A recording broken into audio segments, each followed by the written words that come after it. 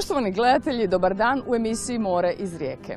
Unatoč kišnome ljetu gust je promet na moru. Nažalost, nesreće nas nisu zaobišle. U Fažanskom kanalu 16-godišnju njemačku državljanku koja je ronila udarilo je plovilo i nanijelo je teške ozljede od kojih je preminula. Ova nesreća ponovno poziva na oprez.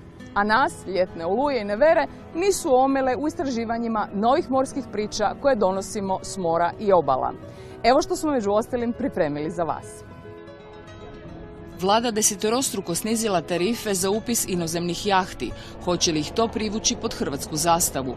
Ulaskom u eurozajednicu položaj hrvatskog ribarstva se uvelike promijenio, štite se interesi ribara.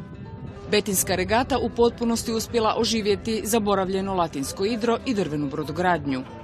Uvedena izletnička brodska linija riječkim akvatorijem koja otkriva bogatstvo monumentalne austro-ugarske arhitekture.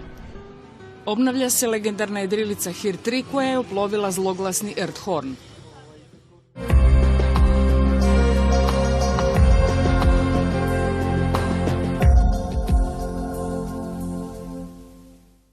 Ovo je najhirovitiji brod na Jadranu, ne samo po imenu Hir 3 kojeg nosi, nego i zbog upornosti koje prkosi sudbini. Ne prepušta se dubinama zaborava. Stari mu sjaj trenutno vraća jedan iskonski zaljubljenik u more. Hir 3 je vjerojatno najpoznatija hrvatska jedrilica. Prva je oplovila zloglasni Erdhorn, prejedrila Atlantik, oplovila svijet, preživjela granatiranje Dubrovnika i oštećenje od gotovo 300 rupa na trupu.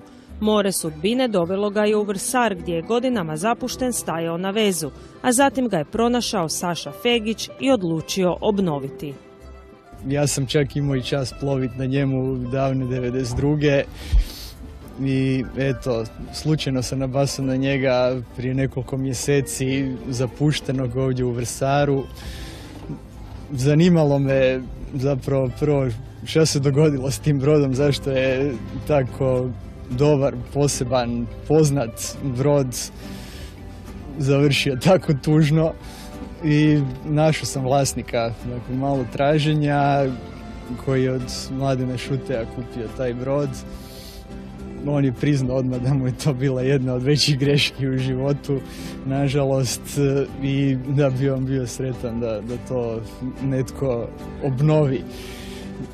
Dugo sam razmišljao, je li to pametno ili ne upustiti se u tako nešto. Oni koji znaju nešto o brodovima su me svi odgovarali da je to previše posla, novaca, vremena, svega. Oni zapravo koji nemaju veze sa morem i jedrenjem su rekli da super, da, to ti je prilika. Ja sam onda odlučio ipak za da. Odluku nije požalio, ni nakon 4 mjeseca mukotrpnog rada. Uz pomoć prijatelja izbacio je iz unutrašnjosti 300 litara vode, izbrusio i obnovio drvene elemente, zbog smrada, pljesni, vlage i truloga drva radio u nemogućim uvjetima, no ne žali. Ovo je ipak njegova prva ljubav na kojoj prije 20 godina u školi Mladena Šuteja naučio jedriti. Posla jako puno. To se zapravo nikad ne zna i pogotovo na brodu kad se planira da će nešto trajati tjedan dana, obično traje 2 mjeseca. Na sreću moram reći do sada najveća nepoznanica je bilo kad smo vadili brod šta ćemo naći ispod svih algi i školjaka. Ispalo je zapravo začuđujuće dobro jedan put kad smo sve to skinuli, osim što smo promijenili ventile i neke još detalje oko osovine motora. Zapravo je brod u puno boljem stanju nego što smo i očekivali. Obnova Hira 3 postala je njegov svojevrsni hir. Sjaj će mu vraćati polako, onako koliko bude imao novca i vremena. Ističe Saša Fegić i poziva sve koji su voljni pomoći u obnovi jedrilice da mu se jave.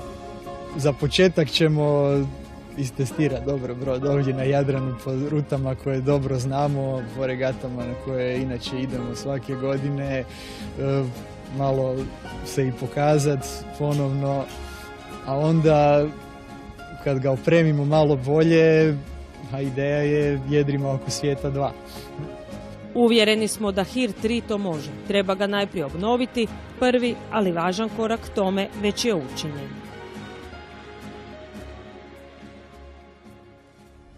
Završilo je pola morskog sata iz Rijeke. Priče s mora i obala iduće nedelje donose vam kolege iz Splita. Želim vam ugodno nedeljno poslijepodne. Lijep pozdrav!